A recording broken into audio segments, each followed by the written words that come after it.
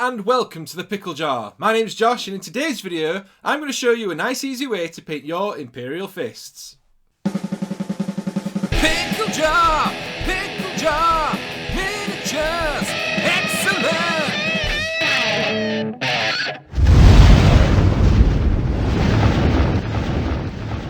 Hi guys, and welcome back to the Pickle Jar for another painting tutorial. Just before we get started, I just want to say that if you are enjoying the content we're putting out here on the Pickle Jar, be sure to leave a like and a comment down below. And if you're brand new to the channel, make sure to hit that subscribe button and the little notification bell. A while ago, I put up a tutorial on how to paint salamander armor using contrast paint as a base coat. I've had quite a few people ask how to do this same sort of style of technique, but for different chapters of Space Marine. So I've decided I'm going to put out a few different tutorial videos, each one focusing on a different chapter. Today's video is focusing on the Imperial Fist chapter. They are the lovely boys in yellow, the Sons of Dawn, and I decided that I wanted to try and tackle these and work out the best way to paint them using contrast paint as a base coat. Now, this isn't the be-all and end-all, it isn't the one way to paint Imperial Fist. I know that a lot of people like to base coat and shade their models with pink and purple before they put yellow on top. I'm not doing that here, though that is a fantastic way to do it. All I'm doing here is using contrast paint as a base coat and then working up from that with various different colours for highlights. It's a great, easy way for people to get their armies painted, ready for the table. Without any further ado, let's get cracking.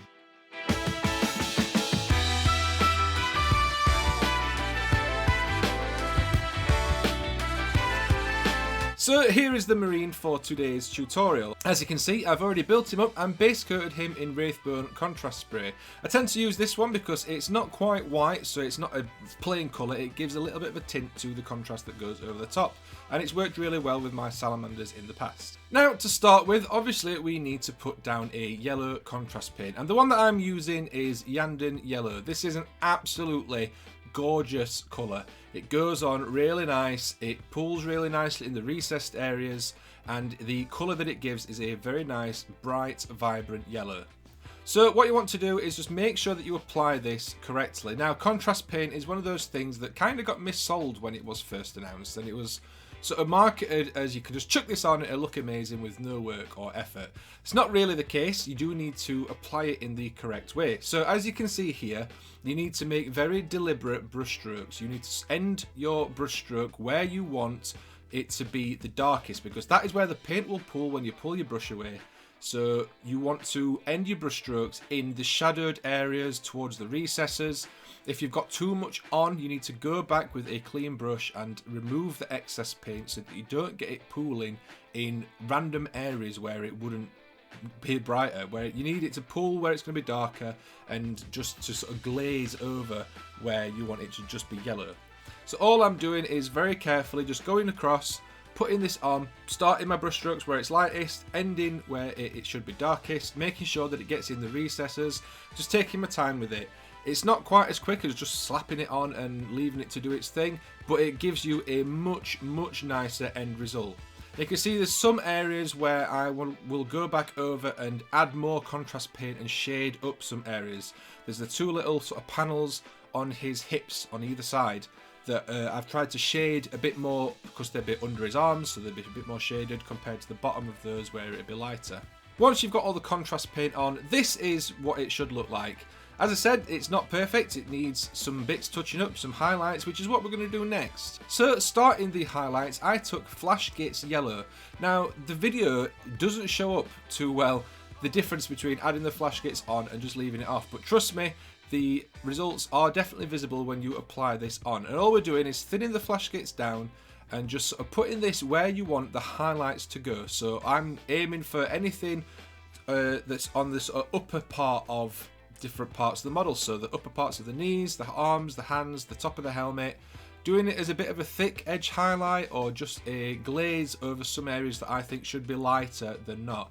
As I said, it doesn't pick up particularly well in the video because it is very close to the original yellow colour that is already on there from the contrast paint, but trust me, it's there.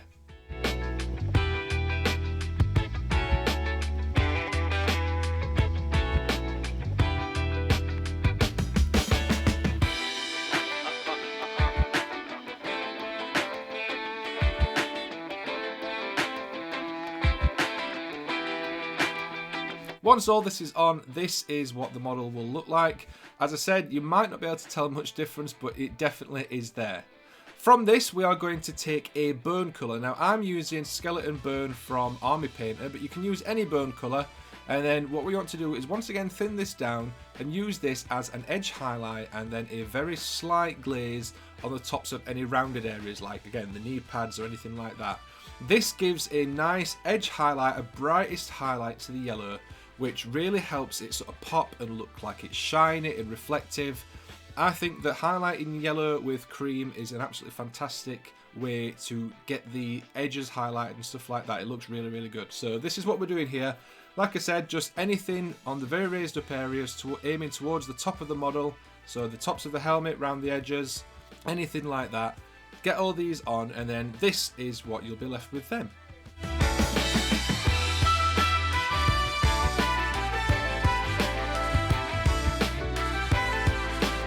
Once the bone is all on and highlighted, that is the yellow part of the armour done.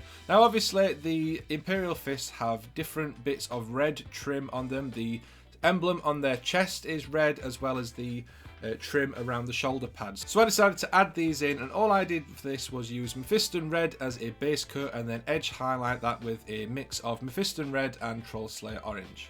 I added a wash to the chest area just to darken down some of the recessed areas on that. And then I tidied up a few of the other pieces just to show off the finished model, and here is the end result.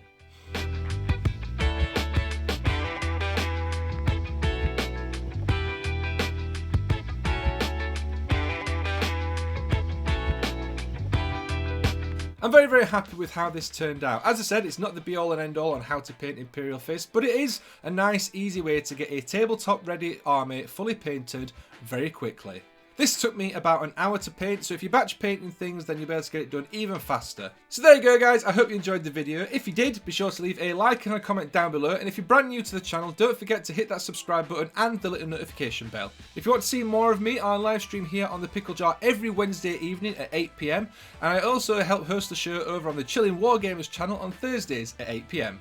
If you want to see more of what I'm up to, then make sure to go ahead and follow me over on Instagram. The link is down below in the description, where we post daily updates in our story and on our page.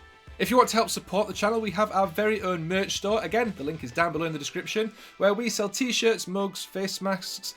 Everything that we make goes straight back into the channel. And if you don't want to help by buying any merch, we've got a link where you can donate directly to the channel as well. That's all from me, and I'll see you next week with another video.